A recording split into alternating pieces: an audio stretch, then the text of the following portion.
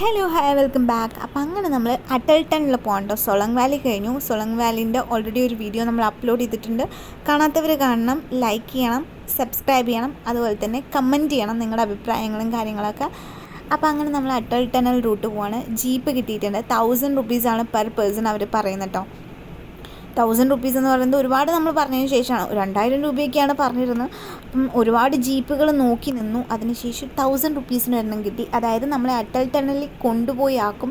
അതുപോലെ തന്നെ അവിടുത്തെ കാഴ്ചകളൊക്കെ കണ്ട് തിരിച്ച് നമ്മളെ റിട്ടേൺ കൊണ്ടുവന്നാക്കും. അട്ടൽ ടണൽ എന്ന് പറയുന്നത് ലോങ്ങസ്റ്റ് ഹൈവേ ടണലാണ് കേട്ടോ. വേൾഡിൽ തന്നെ ലോങ്ങസ്റ്റ് ഹൈവേ ടണലാണ് അട്ടൽ ടണൽ. ഭയങ്കര സ്മൂത്തായിട്ടുണ്ടായിരുന്നു ഉള്ളിൽ കൂടെയൊക്കെ പോകാൻ. അപ്പോൾ ഇതാണ് ടണലിൻ്റെ ഉള്ളിലത്തെ ഒരു വ്യൂ ആണ് കേട്ടോ. അതിനുശേഷം നമ്മൾ ഇതാണ് അട്ടൽ ടണലിൻ്റെ പുറത്തുള്ള വ്യൂ.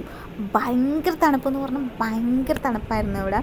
അതുപോലെ തന്നെ ഞാൻ ഈ ജീപ്പിൽ കയറുമ്പം ഓൾറെഡി പറഞ്ഞിരുന്നു എന്നെ എൻ്റെ സ്കൂട്ടി പാർക്ക് ചെയ്തിട്ടുള്ള സ്ഥലത്താക്കി തരണം. സൊളങ് വാലി വരെയല്ല, താഴെ വരെ ആക്കി തരണം. അപ്പോൾ അവർ ഓക്കെ പറഞ്ഞിട്ടാണ് കേട്ടോ ഞാൻ 1000 റുപ്പീസിന് ഓക്കെ ആക്കിയത്. അപ്പം നമ്മളിവിടെ എത്തിയിട്ടുണ്ട്. ഭയങ്കര തണുപ്പെന്ന് പറഞ്ഞാൽ ഭയങ്കര തണുപ്പ്. വ്യൂ അടിപൊളിയായിരുന്നു. ഞാൻ സ്നോഫോൾ ഉണ്ടാവുമെന്ന് വിചാരിച്ചു, പക്ഷേ സ്നോഫോൾ ഉണ്ടായില്ല കേട്ടോ.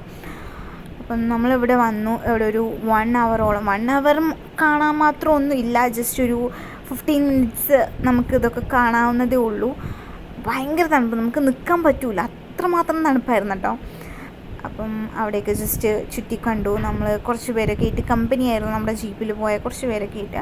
മലയാളീസിനെ ആരെയും ഞാൻ പരിചയപ്പെട്ടില്ല കേട്ടോ. എല്ലാവരും ഹിന്ദിക്കാരൊക്കെ ആയിരുന്നു. അപ്പം അവരെയൊക്കെ പരിചയപ്പെട്ടു. അവരുടെ കൂട്ടത്തിൽ നമ്മൾ കുറച്ച് ഫോട്ടോസും വീഡിയോസൊക്കെ എടുത്തു.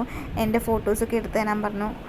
അതിനുശേഷം നമ്മൾ തിരിച്ച് വണ്ടി വന്നു നമ്മളെ പിക്ക് ചെയ്തു. തിരിച്ച് അവിടെ പോയി.